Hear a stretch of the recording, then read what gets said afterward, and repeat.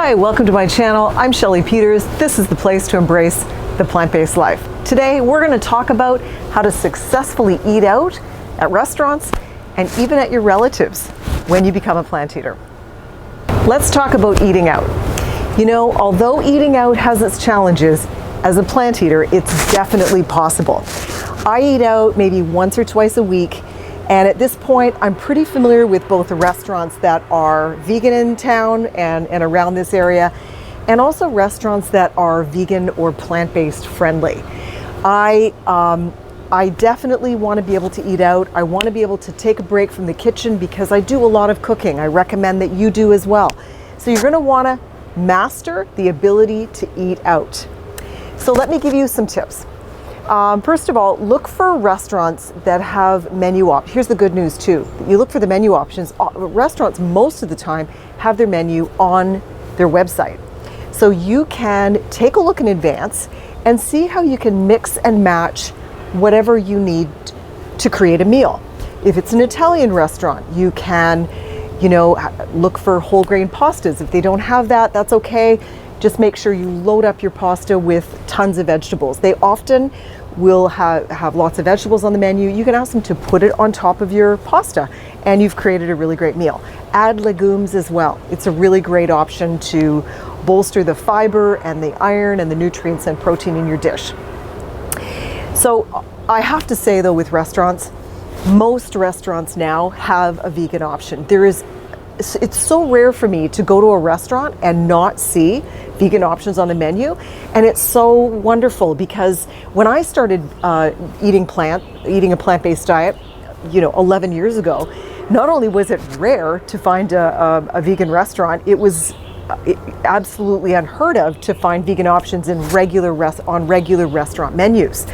So I got really creative about how to take a look at the menus, take a look at what is there in the side dishes. Do they have baked potatoes?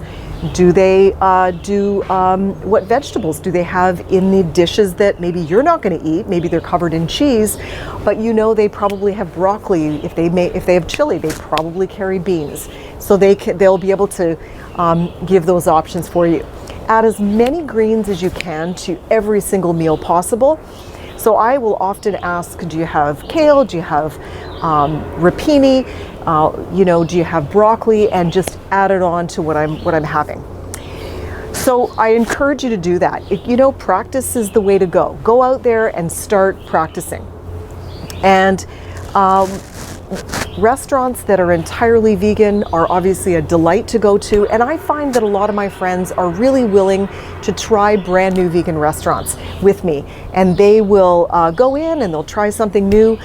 We have Boone Burger here in Oakville, and I have some relatives who've just been wonderful to say, sure, I'll go there and meet you there for lunch, and they get to experience what it's like as well. So going out to a restaurant doesn't have to be difficult. One word of advice though, if you're going to a wedding or a banquet or anything like that, call in advance or let the bride and groom know that you actually are a plant eater. There are options available. So just say it out loud, put it on your RSVP. I'm a plant eater. You can even indicate in brackets what that means. And caterers now always have plant-based options. So now let's get to the hard part. That's where you're going to go to a potluck or to a relative's dinner. You're going to go for Thanksgiving. It's your first Thanksgiving dinner as a plant eater, and the whole family is going to be there. Okay, let's dive into that one.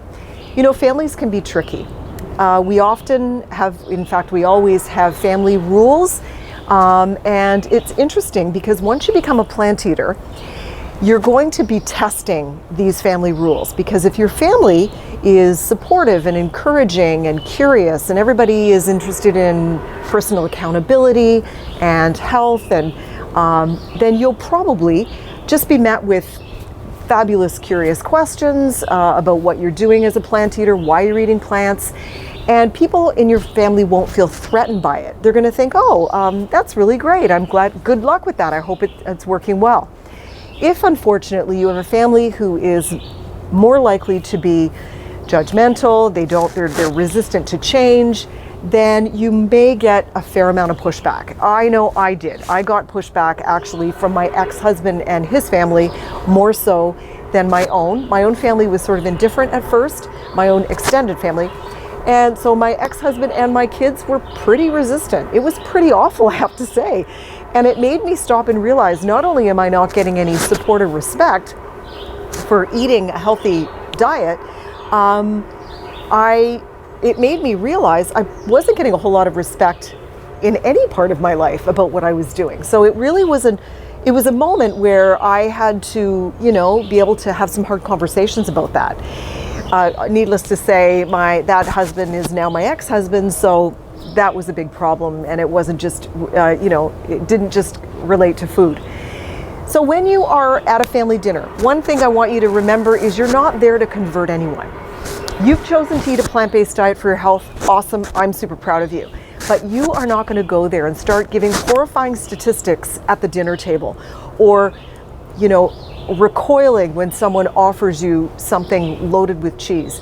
A simple, no thanks, I'm fine, works better, because it's just offensive. As a vegan myself, I don't want to hear somebody going on and on about food while I'm having a dinner. I want to relate to the people that are there. I want to have a great conversation. If someone is interested in your family in pursuing a plant-based diet, or interested in asking you, they will ask you. You can say, hey, let's talk about it after dinner. I can share with you what's going on. Trust me, you showing up and eating plant-based, and then your transformation to health and vitality speaks volumes. You don't need to be broadcasting it. In fact, you'll turn people off. So leave that conversation for a couple of plant-based friends. You can dive into the statistics and all that sort of thing.